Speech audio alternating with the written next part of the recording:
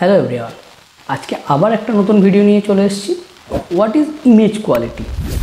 Image quality কী এটা আমাদের জানা অত্যন্ত জরুরি। কারণটা হচ্ছে আমরা যে ছবিটা তুলব সেই ছবির মধ্যে কতটা ডিটেলস থাকবে, সেই ডিটেলস অনুযায়ী আমরা পোস্ট প্রসেসিংয়ের কাজ করব, তখন সেই ইমেজ থেকে ফুল ডিটেলস আমরা বের করে আনতে পারব। তো ইমেজ কোয়ালিটি দু ধরনের হয়, একটা র এবং জেপিইজি। র এবং জেপিইজির মধ্যে পার্থক্য কী? ধরুন আপনি একটা ছবি তুললেন, আপনি যদি সেই ছবিটা রতে তুলেন, সেই ইমেজের মধ্যে যে পরিমাণ ডিটেলস থাকবে একটা জেপিজি ইমেজের মধ্যে সেই পরিমাণ ডিটেলস থাকবে না। আপনি র ইমেজের উপর বিভিন্ন রকম কাজ করতে পারবেন।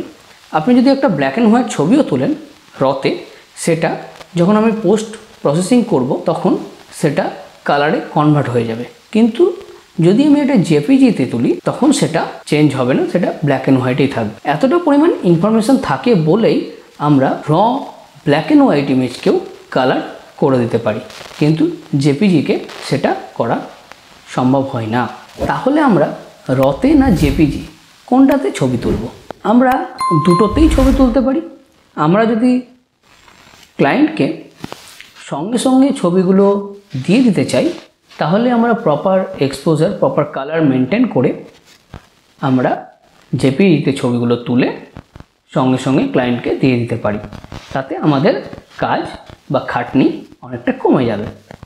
যদি আমাদের পোর্ট্রেট ছবি হয় বা কোনো কমার্শিয়াল ছবি হয় বা আমরা কোনো ক্রিয়েটিভ কিছু করতে চাইছি, তখন আমরা সেটাকে রতে তুলে ভালো করে পোস্ট প্রসেসিং করার পর আমরা ক্লায়েন্টকে দিতে পারি। সেই ক্ষেত্রে আমরা রতে তুলতে পারি। কিন্তু আমাদের সুবিধার্থে আমরা র প্লাস জেপি দুটোতেই একসঙ্গেও ছবি তুলতে পারি, কারণ ক্যামেরা আমাদেরকে সেই ফিচার্সটুকু দিয়ে রেখেছে।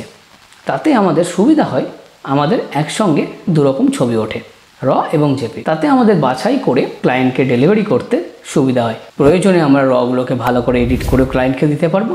আর তাদের যদি খুব তাড়াহুড়ো থাকে তাহলে আমরা জেপি যে ইমেজগুলো তাদেরকে সঙ্গে সঙ্গে দিয়ে দিতে পারবো। এটা হলো পিকচার কোয়ালিটি।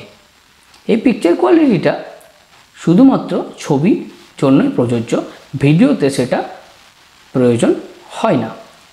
বিভিন্ন ক্যামেরায় বিভিন্ন রকম অপশান থাকে এই ইমেজ কোয়ালিটির ওপর ভিত্তি করে।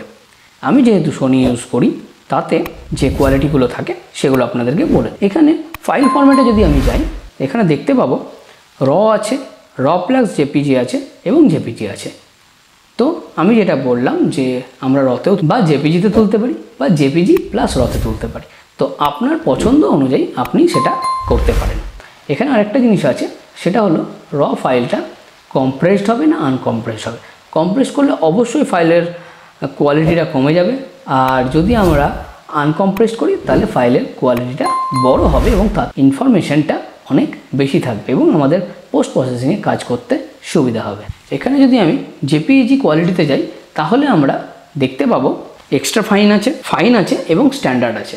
এক্সট্রা ফাইন মানে জেপিজির হাইয়েস্ট কোয়ালিটি। তার মানে আমরা রতে তো ইনফরমেশান পাচ্ছিলাম, জেপিজিতেও ভালো ইনফরমেশান পাবো, কিন্তু এক্সট্রা ফাইনে গেলেই আমরা সেটা পাবো। যত কমে যাব তত ছবির কোয়ালিটি কমতে থাকবে এবং রেজুলেশনও কমতে থাকবে। আশা করব আপনারা ইমেজ কোয়ালিটি সম্পর্কে বুঝতে পেরেছেন। যদি এটা সম্পর্কে আরও কিছু জানার থাকে অবশ্যই আমাকে কমেন্ট করুন, আমি আপনাদেরকে অবশ্যই হেল্প করব। সঙ্গে থাকুন আরও নতুন কিছুর জন্য। সবাই ভালো থাকুন, সুস্থ থাকুন আর আমাদের চ্যানেলকে সাবস্ক্রাইব করুন।